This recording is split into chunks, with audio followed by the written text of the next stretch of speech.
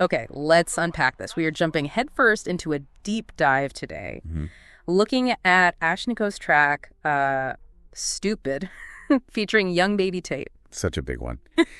And to guide us, we've got, well, some really interesting source material. We do. We've got the official YouTube video transcript for the lyrics, obviously. Right. And crucially, the Genius Lyrics page. Yeah. That one's key because it includes verified commentary, like straight from Ashnikko herself. Exactly.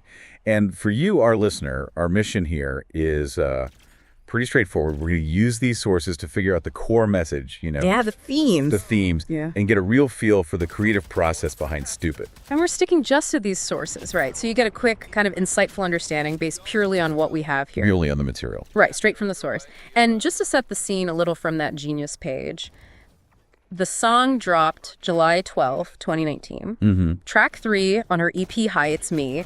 And I mean, most people know this. It just completely blew up. Oh, totally. Went massive on TikTok, reached a huge audience. Yeah. So what's the first thing that jumps out from the lyrics? Well, it's got to be how upfront that core message is. You know, that line that just keeps coming back. Stupid boys think that I need him. Exactly. It's like impossible to miss. It anchors the whole thing. It really is the anchor. And the Genius About section kind of backs that up perfectly, doesn't it? Calls it a breakup anthem. Right. A definitive breakup anthem.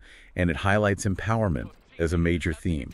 Pure empowerment. Okay, so let's dig into the verses then. How does she show that empowerment? Well, she embodies it by shifting personas. Yeah. Like really dramatically. She shows all these different sides of her power, her independence. Oh, so. Like 1 second she's cold, like changing seasons, Yeah.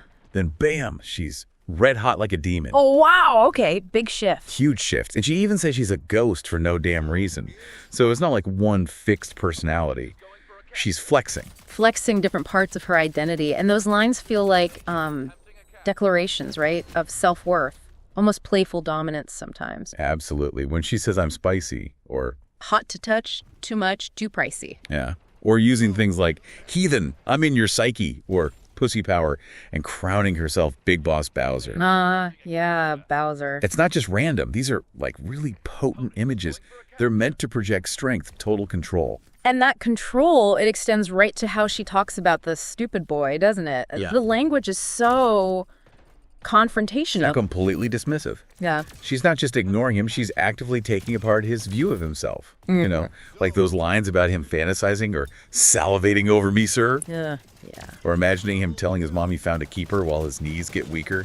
She's like picturing his weakness against her power. And that finality, cut him off, Cedar, like felling a tree. It's kind of ruthless. It is ruthless. And then young baby Tate jumps on the track. And she just keeps that energy going, right? Doubles down on the dismissal. Oh, she brings her own fire, for sure. Doesn't pull any punches. Calls him dumb, goofy. Goofy. Says he's not clever enough. And she contrasts him with her own situation, like having several dummies that want to get on me. Okay, so she's reinforcing her own desirability while dismissing him. Totally. And makes it crystal clear he and his friends are not wanted. Calls them suckers, dum-dums. Like the candy. Exactly. Yeah. And then adds that great line about taking his bread until he has crumbs. Which feels like it's about money, but also just utter contempt. Yeah. Okay, but wait. There's a little twist, maybe? Or a different layer that comes in here right in Tate's verse? Yeah, you mean the line. Amidst all this, I don't need a man, she says. I don't really need a man, but sometimes I want one, though. And Ashnikko kind of echoes that later in the bridge, doesn't she? I don't need the dick, I need magic, I need money. Right. So what do we make of that? Well, that line from Tate, it adds this fascinating bit of realism or complexity, maybe. It's not like this absolute all men out. Okay. It feels more like a very specific rejection of this guy, the stupid boy.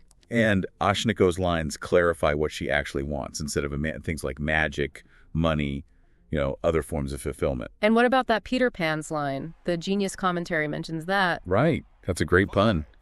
Genius explains it means young hundos, young money.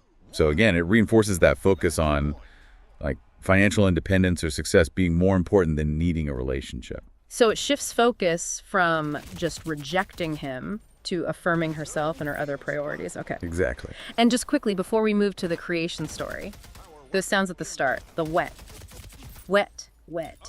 wet. Oh, yeah. Unmistakable intro. And the little interjections like, I'm shy, oh my God, before the beat really drops. Yeah. Adds a bit of personality right off the bat. And the bridge, like you mentioned, also hammers home the rejection with lines about actively blocking and avoiding him. Okay, so let's shift gears. The creation side. The verified commentary from Ashnikko on Genius. That sounds like where we get the real juice. Oh, totally. It gives such a vivid picture of how this song even happened. And she's super direct about her main inspiration, isn't she? I think I have the quote here. Okay, yeah. I cannot stress this enough, don't need stupid boy. Can't get much clearer than that. And that was my main inspiration. I don't need a man. That feeling just drove the whole thing. And she describes the actual writing Wow. in really raw terms. Like how? She said she was messy, drunk on red wine, teeth stained purple, Ha. Okay. riding this high of confidence and goddess energy, just absolutely feeling myself. Love that. And she basically just freestyled over the beat. She said the song just all flows out. It's just like vomit. Vomit. Wow. Yeah, but in the sense that it was something she really desperately needed to say. That description, like vomit, it captures that urgent, unfiltered feeling of the lyrics, you know? Yeah, it wasn't carefully planned. It just had to come out. Exactly. And she's really unapologetic about who it's aimed at. Oh, yeah. She says, quote, basically fuck my ex-boyfriend. He sucks. He's a butthole. She repeats it. He's a butthole. Yeah. And then adds, we should all be saying butthole more. Which is kind of funny, but also just shows that raw personal anger behind it. It really does. That bluntness is something else. She also talks about the producer, Oscar Scheller. Right, their working relationship. Yeah, she calls it very special.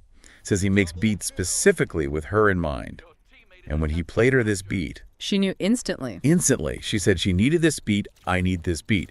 So that urgent feeling met his production, and boom, freestyle vomit. Haha, okay. And the collaboration with young baby Tate, that sounds like it was really positive too. Oh, Ashnikko just raves about her, calls her a lyrical genius, so good, amazing, so cute. Wow. Says her lyrics are next level, she can rap, has a voice, she's it. Just high praise all around. That's great to hear. And there's this cool story about the music video shoot, too. It really shows that collaborative spirit. Oh yeah, what happened? Well, young baby Tate flew to London, like, last minute for it. And Ashnikko said she was just so down, totally game, even though the conditions sounded kind of rough. Rough how? Ashnikko describes them being drenched in blood, which was actually sticky syrup. Ew, sticky. Yeah.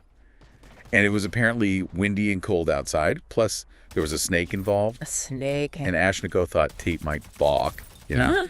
But nope, she was completely up for it, ready to go. Wow, that's commitment. And that connects back to the video itself, right? The Genius About section mentions the video. Exactly. Released October 2019, time for Halloween. It had that whole slasher vibe. Right, with them covered in blood. And the snake features, too. It visually matches that aggressive energy, the red hot like a demon thing. Perfect visual match for the song's whole vibe. And that story shows how committed Tate was to bringing that vision to life alongside Ashnikko. Oh, definitely. So, yeah, wrapping up this deep dive, these sources, they really paint a pretty clear picture for us, don't they? I think so. We've seen how Stupid is just fundamentally driven by this really powerful, very personal, unfiltered message. Right. Independence, empowerment. Born right out of her feelings about a breakup. Yeah. And the sources showed us that intense, kind of raw, creative energy behind the writing. Mm-hmm. That vomit energy.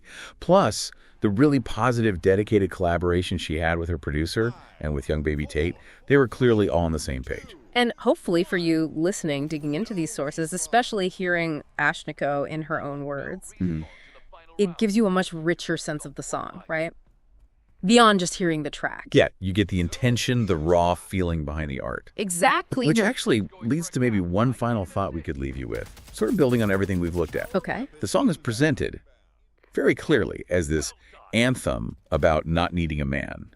It's explicitly tied to a breakup wanting to say, fuck my ex. Right, the butthole X. Precisely. Yet, as we saw, the lyrics also include that line about sometimes wanting a man and needing things like magic money, honey. So what does this specific mix, this fierce independence, the blunt rejection, but also the acknowledged desire, and that focus on self-fulfillment like money and magic, what does that combination tell us maybe about the complexities of empowerment and desire when they're expressed through art like this? That's interesting. It's definitely not just one simple note, is it? Not at all. Yeah. More nuanced than it might seem, just hitting play, something to think about Yeah.